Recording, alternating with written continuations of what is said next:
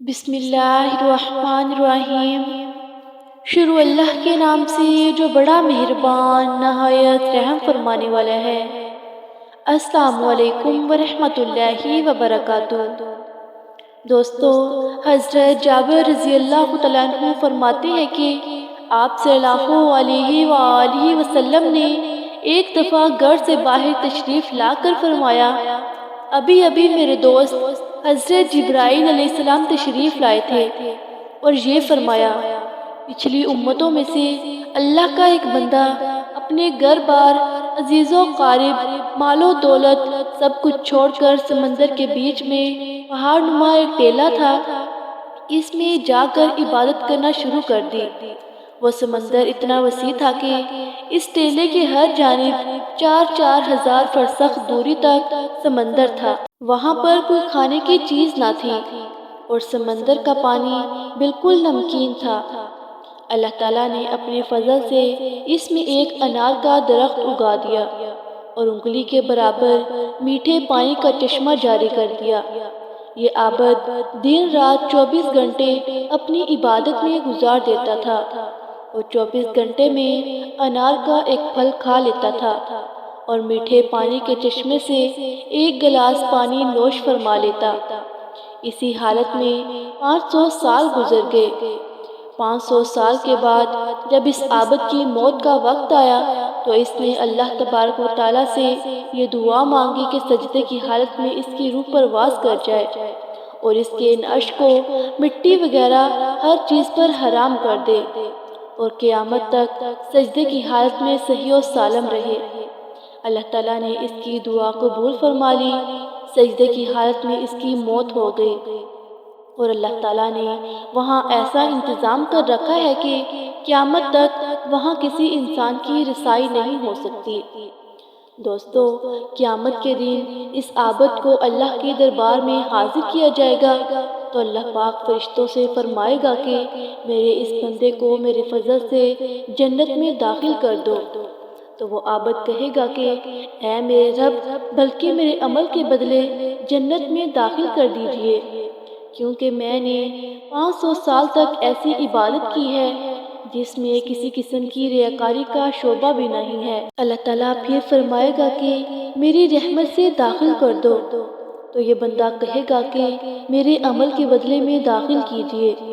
تو اس پر اللہ پاک فرمائے گا کہ اس کے عمل اور میری دی ہوئی نعمتوں کا موازنہ کرو۔ موازنہ کر کے دکھایا جائے گا کہ اللہ تعالیٰ نے جو اس کو بینائی عطا فرمائی ہے، صرف بینائی کی نعمت اس کی 500 سال کی عبادت کا احاطہ کر لے گی۔ اس کے بعد پورے جسم میں کان کی نعمت، زبان کی نعمت، ہاتھ کی نعمت، ناک کی نعمت، پیر کی نعمت اور دل و دماغ کی نعمت، ان سب کا بدل باقی رہ جائے گا۔ پھر ان کے علاوہ جو 500 سال تک اللہ تعالیٰ نے میٹھا پانی پلایا ہے اور انار کا پھل کھلایا ہے، ان تمام کا بدل باقی رہ جائے گا۔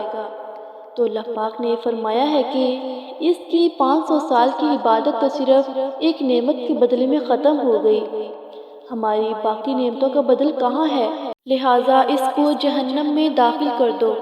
تو فرشتے اسے گھسیٹ کر جہنم کی طرف لے جانے لگیں گے تو وہ چلانے لگے گا، اے میرے رب، محض اپنی رحمت سے مجھے جنت میں داخل فرما دیجئے۔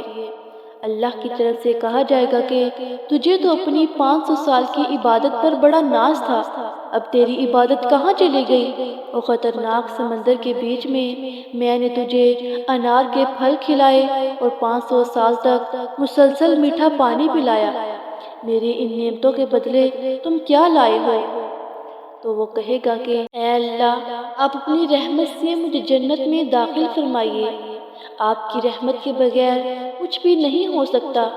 پھر آخر میں جب حجت تمام ہو جائے گی تو اللہ تعالیٰ فرمائے گا کہ میری رحمت و میرے فضل کے ذریعے اس کو جنت میں داخل کر دو۔ پھر وہ اللہ کی رحمت ہی کے ذریعے جنت میں داخل ہو سکے گا۔ دوستو، اگر اللہ نے کسی کو نیک عمل کرنے کی توفیق عطا فرمائی ہے تو اس کو خوش فہمی میں مبتلا نہیں ہونا چاہیے، اللہ سے ڈرتے رہنا چاہیے۔